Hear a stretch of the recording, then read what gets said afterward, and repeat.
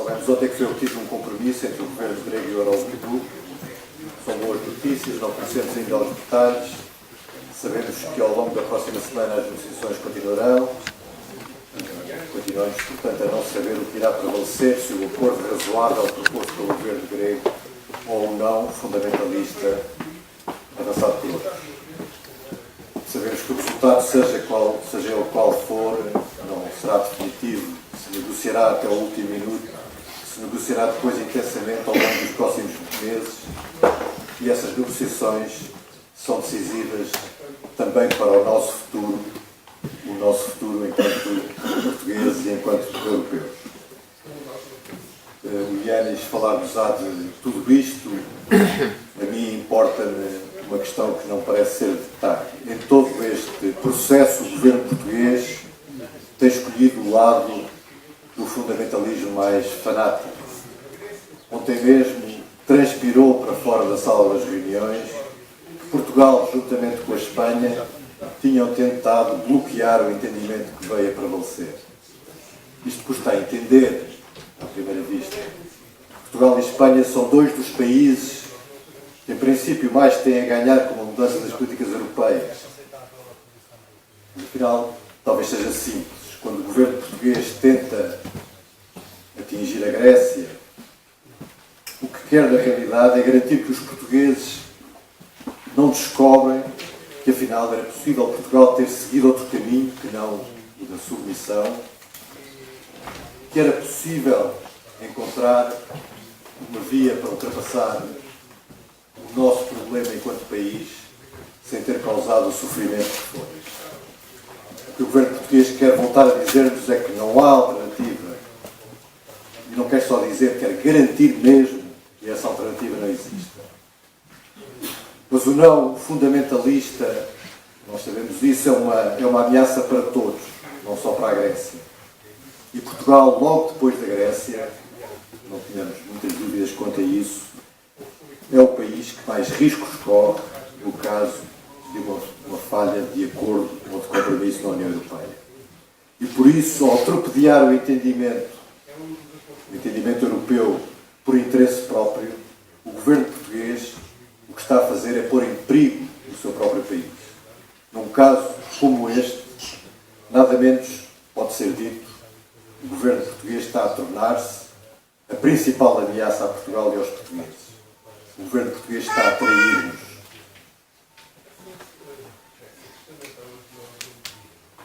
E, portanto, talvez a melhor forma que tenhamos de demonstrar a solidariedade com a Grécia, a melhor forma que teríamos de demonstrar a solidariedade com a Grécia seria tirar esse governo do Conselho Europeu o mais rapidamente possível. O mesmo é dizer, tirar esse governo do lugar que ocupa em Portugal. Seria uma forma de manifestar solidariedade com a Grécia e, ao mesmo tempo, seria talvez a melhor forma de nos ajudarmos a nós próprios. E não vamos, certamente, perder a oportunidade de o fazer logo que essa oportunidade surge. Bom, não podíamos imaginar que este fórum ocorresse neste contexto, mas ainda bem que assim é. Temos um dia para trabalhar, para compreender, tentarmos compreender melhor, para explicarmos uns aos outros melhor a situação que estamos a viver, aquilo que temos pela frente, as escolhas que temos de fazer.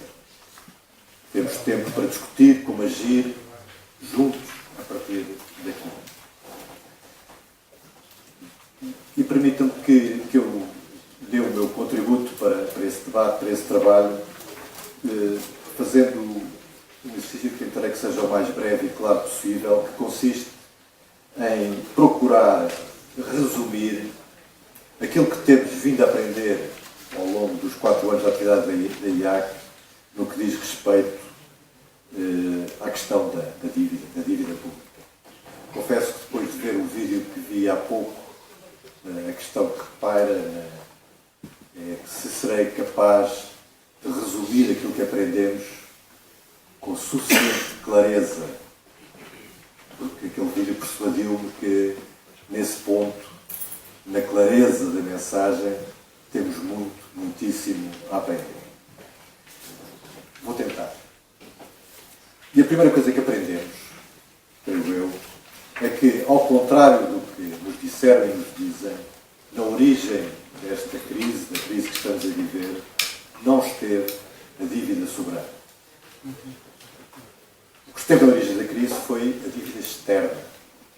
A dívida externa teve na origem da crise uma dívida externa que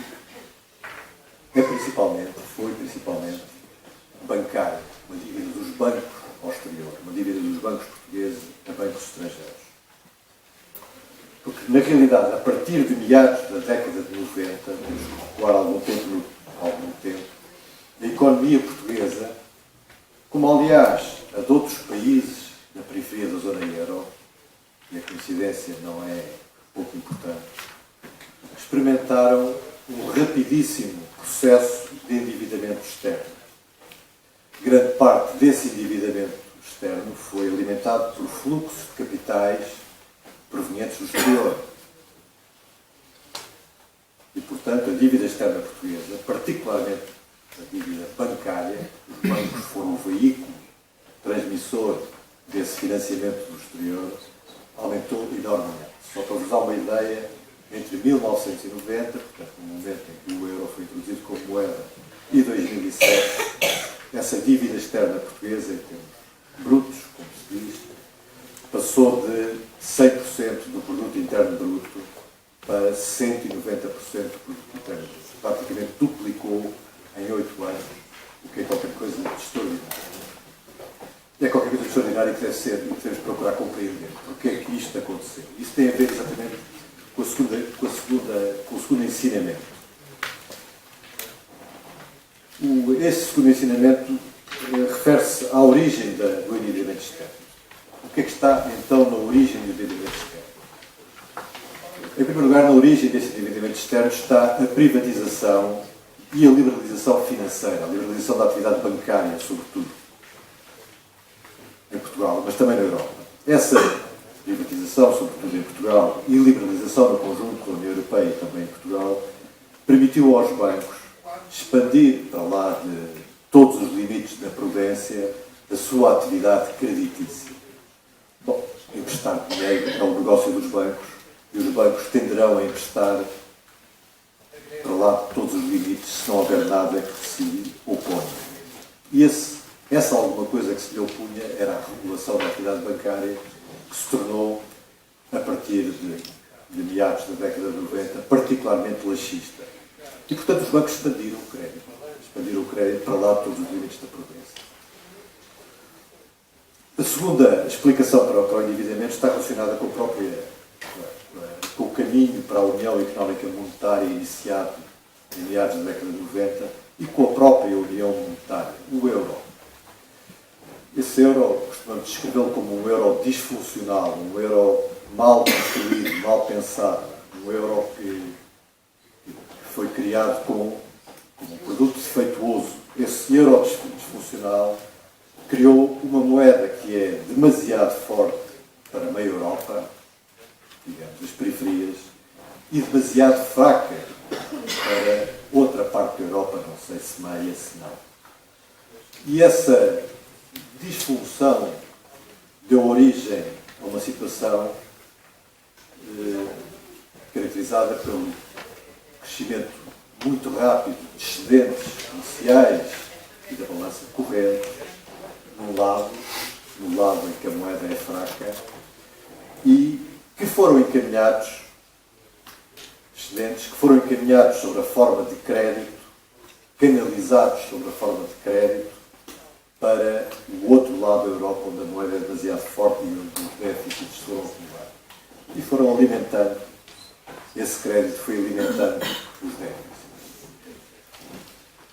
O terceiro fator que explica o endividamento está também relacionado com a evolução da economia mundial, com os acordos comerciais no âmbito da Organização Mundial do Comércio, e, portanto, a abertura da Europa ao comércio mundial de uma forma muito súbita e com o alargamento a leste da própria União. Essa abertura da Europa ao comércio e o seu próprio alargamento expuseram setores muito importantes da economia portuguesa a uma concorrência muito agressiva e desviaram de Portugal grande parte do investimento portanto, o endividamento externo tem causas bem identificadas, que são fáceis de identificar.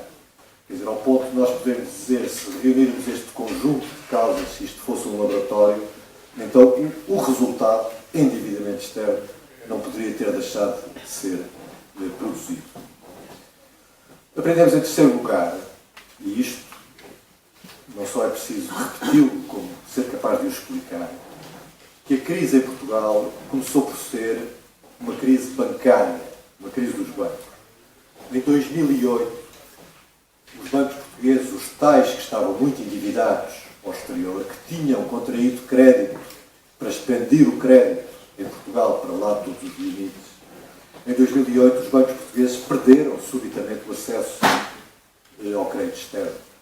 O acesso ao crédito externo que lhes permitia ir servindo as suas próprias dívidas.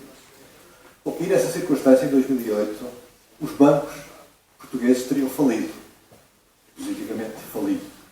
Isso só não aconteceu porque a União Europeia e o governo português da altura vieram em socorro desses bancos, oferecendo-lhes voluptuosas garantias. Voluptuosas garantias e mesmo outros recursos que lhes permitiram sobreviver ao mesmo tempo que os déficits orçamentais do Estado se tinham que ajustar às circunstâncias da crise e, portanto, aumentaram. Quando nós dizemos o Estado ofereceu garantias, e temos que explicar isto a alguém, vou fazer este exercício, de uma forma é dizer o Estado português tornou-se fiador de bancos falidos. O Estado português tornou-se fiador de bancos falidos no preciso momento em que a despesa pública aumentava em consequência do impacto da crise. E, portanto, a combinação desta exposição do Estado, enquanto fiador, aos riscos bancários, a combinação desta exposição do Estado aos riscos bancários com o aumento dos déficits do seu orçamento, transformaram, efetivamente, a crise, iniciada como uma crise bancária, numa crise de dívida soberana. E isso aconteceu em 2011, no momento em que a crise se exprimiu sob a forma de uma crise de dívida soberana, isto é, se exprimiu sob a forma de um corte do acesso ao crédito internacional por parte do Estado português. Se bem se lembram, quem veio à televisão em abril de 2011, em primeiro lugar, a convidar a Troika para entrar em Portugal, foram os banqueiros portugueses. Convém esquecer isso, existe no YouTube para consulta de qualquer um, e não foi por acaso. Não foi por acaso que isto aconteceu. Bom, aprendemos em quarto lugar que o resgate, chamado resgate de 2011, não foi, na realidade, um resgate, uma libertação do país, nem das pessoas, sabemos isto bem. Mas foi um resgate, sim. Foi um resgate aos bancos, um resgate aos bancos portugueses e aos bancos internacionais. Não foi um resgate ao país porque sabemos hoje que 4 anos de austeridade não libertaram, produziram antes um resultado estranho. A austeridade produziu a mesma dívida externa, a dívida externa continua hoje no nível em que estava, uma dívida pública maior e um peso maior dos juros e menos rendimento público e privado. A Troika e o memorando não resgataram Portugal do endividamento, de nenhuma espécie de endividamento. Do contrário. Resgatados, na realidade, foram, em primeiro lugar, os bancos portugueses. Os bancos, que em 2007 era o tal setor mais endividado no exterior, já não são. Hoje em dia, o setor mais endividado no exterior é o Estado. O resgate produziu um resultado. Transformou dívida externa bancária em dívida externa pública. Socializou dívida que era privada. E resgatados foram também os bancos internacionais que estavam mais expostos à dívida portuguesa. Dívida bancária e dívida soberana. Em dezembro de 2010, desculpem, agora dou alguns números, dezembro de 2010, 64% de dívida pública portuguesa era detida por setores externos privados, por bancos privados e outras instituições. 64% estava na mão de privados. Em dezembro de 2003, esse valor desceu para 23%.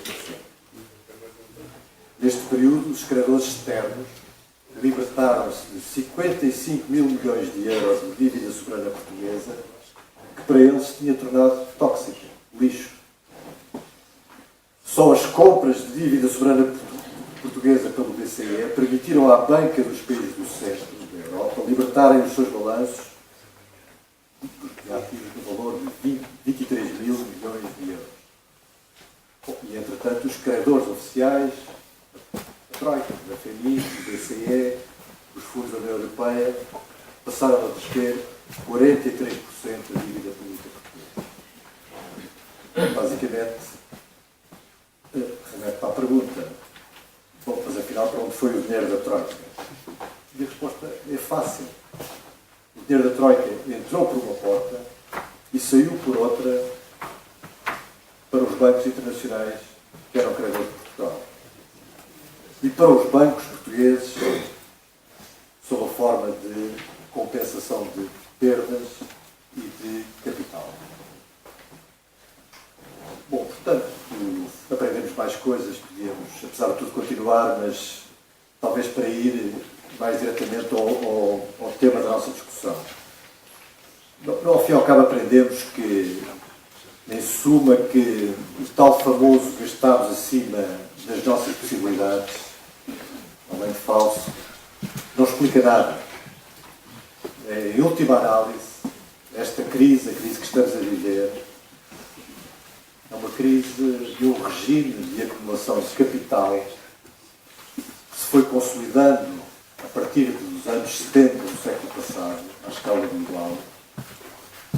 E é um regime muito particular de acumulação de capital, é uma forma de capitalismo muito particular. Um capitalismo que sustentou os lucros com base na compressão dos salários, ao contrário do que aconteceu noutros regimes de acumulação de capital anteriores. E aprofundou as desigualdades. E é um regime que funcionou enquanto os rendimentos do capital puderam ser encaminhados pela via do crédito para a esfera do consumo, inchando dessa forma uma bolha de endividamento. Essa bolha de endividamento teria que rebentar um dia e, quando isso aconteceu, em 2007, desencadeou uma reação em cadeia que conhecemos e ainda não temos. Esta crise de endividamento, à escala global, não é só nossa, está a ser resolvida da pior forma possível.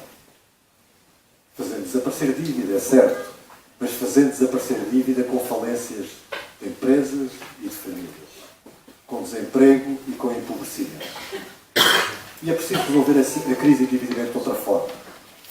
Fazendo desaparecer dívida, sim, mas fazendo desaparecer dívida, obrigando os credores a pagar a parte das perdas, fazendo desaparecer dívida não pela falência dos devedores, mas simplesmente riscando a dívida dos balanços contabilísticos. Aprendemos isto, aprendemos tudo isto, mas aprendemos ainda outras coisas que são possivelmente mais importantes. Aprendemos que numa sociedade decente, todos somos credores. Aprendemos isto ali no início dos nossos trabalhos. E é certo que também todos somos devedores. Essa sociedade é feita de direitos e de obrigações recíprocas. E aprendemos também que, quando a reciprocidade é quebrada, e alguns, neste caso, os credores financeiros, julgam ter o direito de sobrepor os seus direitos aos mais elementares direitos de todos os outros, e conseguem efetivamente fazê-lo, então alguma coisa está fundamentalmente errada nessa sociedade. Quando as coisas chegam a esse ponto, é preciso parar. Isto foi feito em vários momentos da história da humanidade. E é esse ponto em que estamos em muitos países do mundo. E paradoxalmente também na Europa, que se diz próspera. Na Europa que se diz próspera, mas ao mesmo tempo permite a miséria e o sofrimento inevitável em corredores de hospitais, nas filas do desemprego, na porta nas portas das cantinas sociais, que nascem como cogumelos por todo esse país, nos postos de trabalho inseguros, na pressão exaustiva de longas horas de trabalho de quem se esforça por manter serviços públicos em funcionamento para lá dos limites que a sua própria saúde lhe impõe, nos aeroportos em que nos despedimos dos nossos amigos, dos nossos filhos e alguns de nós dos nossos netos. Tudo isso é o sofrimento evitável, o sofrimento fútil que nos está a ser imposto em nome de uma dívida que, como sabemos, não pode nem nunca será paga. Falamos muitas vezes de dívida ilegítima e há mesmo quem pense e quem nos recomende que deveríamos contabilizar essa dívida ilegítima. Pode ser difícil ou mesmo inapropriado fazer um exercício contabilístico deste tipo. Mas uma coisa sabemos: ilegítima é a dívida que se sobrepõe aos direitos humanos. Essa é a dívida que não estamos obrigados a servir. É uma dívida insustentável, mesmo em termos financeiros, que não pode nem deve ser paga até o último cêntimo, como querem os credores e os seus cobradores em Portugal. Afinal, todos somos credores. E se todos somos credores, por que razão há alguns que julgam ser mais credores do que outros?